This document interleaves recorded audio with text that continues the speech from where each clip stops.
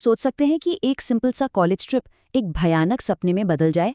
आज हम एक ऐसी ही कहानी सुनेंगे, एक ऐसी जगह की कहानी जहां दोस्तों का एक ग्रुप घूमने गया और फिर जो हुआ वो उन्हें ले गया भारत की सबसे बदनाम जगहों में से एक पर। हर डर की कहानी एक चेतावनी से शुरू होती है ना? इस कहानी की चेतावनी आई थी मयूर की दादी से। वो कहती थी, जो कोई तने रात्रे दुमासमा नाम लेने बोलावे तो पाछड़ खरीने जोतो नहीं। जिसका मतलब है कि दुमास में रात को अगर कोई नाम लेकर बुलाए तो भूल कर भी पीछे मुड़कर मत देखना। और यही नियम इस पूरी कहानी का केंद्र है। तो चलिए मिलते हैं इस कहानी के किरदारों से। 5 कॉलेज दोस्त हैं, मयूर, कुशल, नील, रिया और आरव। अब इन लोगों को चाहिए था थोड़ा एडवेंचर, गोवा की भीड़ से कुछ अलग। और बस इसी तलाश में उनकी नज़र पड़ी दुमास बीच पर, एक ऐसी जगह जो खूबसूरत तो थी पर अपनी खूबसूरती से कई ज्यादा बदनाम थी अपनी डरावनी कहानियों के लिए। अब देखिए, शुरू में तो सब थोड़ा हिचकिचा रहे थे। भला एक भुतहा बीच पर जाना कोई मजाक थोड़ी है। तो उन सब ने मिलकर एक समझौता किया। प्लान बिल्कुल सिंपल सा था। वो दुमास बीच जाएंगे, आराम से घूमेंगे, पर सिर्फ दिन में, और सूरज ढलने से काफी पहले वहां से निकल आएंगे।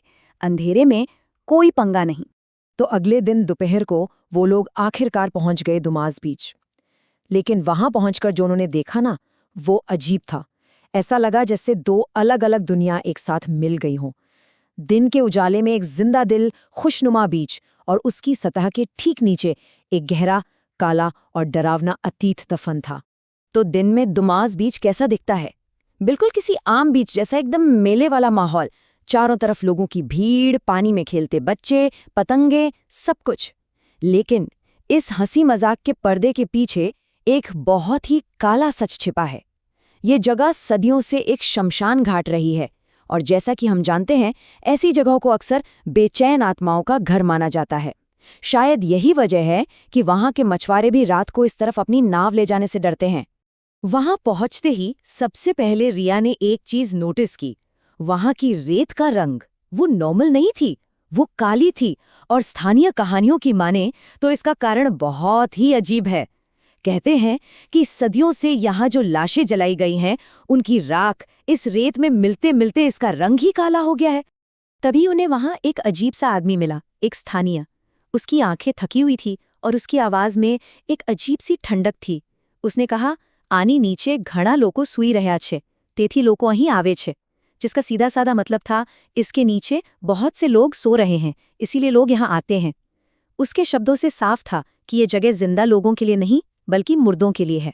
दोपहर अब ढल रही थी, शाम होने को थी, और तभी कुशल की नज़र दूर एक टूटी फूटी सी इमारत पर पड़ी, एकदम खंडर जैसी।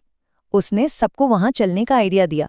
शायद यही वो पल था जब ग्रुप के बीच में दूरियां आनी शुरू हुईं, और वो अनजाने में ही एक बहुत खतरनाक रास्ते पर निकल पड़े। और बस यहीं से सब कुछ बिगड़ना शुरू हो गया। जैसे ही वो लोग उस खंडर के पास पहुंचे ना, रिया को एक अजीब सी घबराहट होने लगी। उसने आरव से कहा कि वो वापस जा रही है, और आरव भी उसके साथ हो लिया। नील को भी शायद कुछ ठीक नहीं लगा, तो वो भी उनके पीछे पीछे लौट गया। लेकिन मयूर और कुशल, वो एडवेंचर के जोश में आगे बढ़ते गए। उन्हें इस बात का एहसास तक नहीं हुआ कि अब वो उस वीरान खंडर में बिल्कुल अकेले हैं। खंडर के अंदर हर तरफ धूल और मकड़ी के जाले थे, और उन्हीं के बीच उनकी नज़र पड़ी एक पुराने जंग लगे हुए नेम प्लेट पर। उस पर साफ साफ लिखा था, दुमास बीच शमशान भूमि, अधिकृत क्षेत्र। बस ये पढ़ते ही उनके पैरों तले जमीन खिसक गई। वो सारी कहानियां, सारी चेतावनियां, सब सच था। और वो दोनों ठीक उस जगह के बीचों बीच खड़े थे जिससे हर कोई दूर भागता था। तो अब कहानी अपने सबसे डरावने मोड़ पर आती है। मयूर और कुशल को वक्त का बिल्कुल अंदाजा ही नहीं रहा। जब उन्होंने आखिर में आसमान की तरफ देखा तो रंग पूरी तरह बदल चुका था। सूरज डूब चुका था और वो उस बीच पर अंधेरे में फंस चुके थे। उनकी एक छोटी सी भूल एक बहुत बड़ी मुसीबत बनने वाली थी। देखिए, शाम 4 बजे वो अपने दोस्तों से अलग हुए। 6 बजते बजते सूरज डूब गया और बीच पर सन्नाटा छा गया। जल्द ही घने अंधेरे ने उन्हें घेर लिया। वो रास्ता भटक गए थे और उनके फोन वो भी बंद हो चुके थे। और फिर रात के ठीक 12 बजे कहते हैं यही वो वक्त है जब दुमास बीच जागता है। और तभी उस घने अंधेरे में से एक हल्की सी सरगोशी जैसी आवाज आई। कुशल, याद है वो चेतावनी मयूर की दादी की? ये वही थी जिसे तोड़ने से साफ मना किया गया था। इसके ठीक बाद एक और आवाज गूंजी, मयूर। ये सुनते ही मयूर का चेहरा सफेद पड़ गया। उसने कांपते हुए कहा, ये तो मेरी दादी की आवाज है। वही दादी जो 8 साल पहले अचानक कहीं लापता हो गई थीं। अभी इस डर से वो उबरे भी नहीं थे कि एक और चीज हुई। हवा में अचानक जलने वाली लकड़ी की महक फैल गई, बिल्कुल वैसे जैसे पास में ही कोई चिता जल रही हो।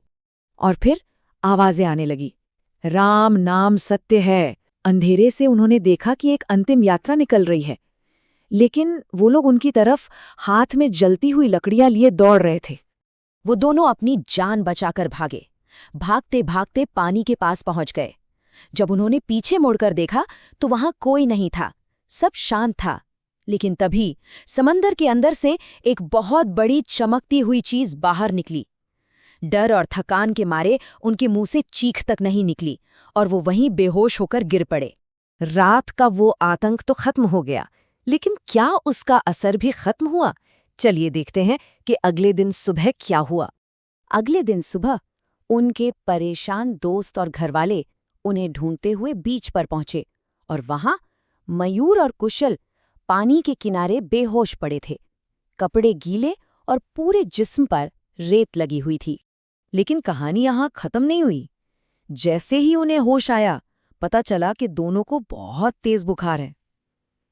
इससे साफ पता चलता है कि गहरा डर सिर्फ दिमाग पर नहीं, जिस्म पर भी असर करता है। उस रात का एक्सपीरियंस उनके दिमाग पर एक गहरा घाव छोड़ गया। और मयूर, वो आज भी नींद में उस जलती लकड़ी की महक को महसूस करके चीख उठता है। कुछ जगहें ऐसी होती हैं जो अपने अतीत को, अपनी कहानियों को कभी नहीं छोड़ती। ये सिर्फ कहानियां नहीं होती, ये उस जगह की पहचान बन जाती हैं। तो आखिर में सवाल बस एक ही है, क्या ऐसी किसी जगह पर जाने की हिम्मत करेंगे?